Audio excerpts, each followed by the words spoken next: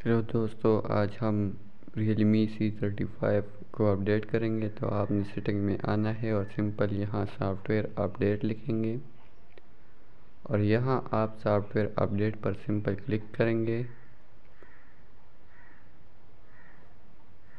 तो आपके साथ डेटा ऑन होगा। तो ये अपडेट तकरीबन 1 GB है। तो आपने ख्याल करना है कि आपके साथ नेट स्पीड अच्छा हो। तो यहाँ आपने डेटा के साथ अपडेट करना है तो आपने कंटिन्यू पर क्लिक करना है। ये अपडेट स्टार्ट हुआ है। तो ये पहले डाउनलोड होगा। जब डाउनलोड कंप्लीट हो जाए तो फिर आपने इसको सिंपल इंस्टॉल पर क्लिक करना है और इसको आपने वेट करना है।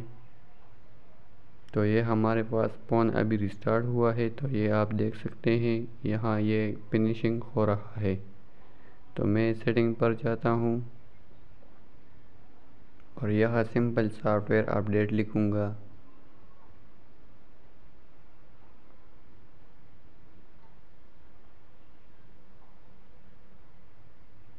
तो आपने सिंपल सॉफ्टवेयर अपडेट पर क्लिक करना है। डेटा आपने ऑन करना है।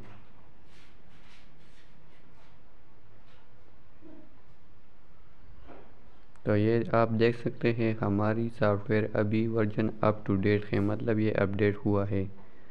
तो आप इस तरीके के साथ अपनी सॉफ्टवेयर को अपडेट करेंगे।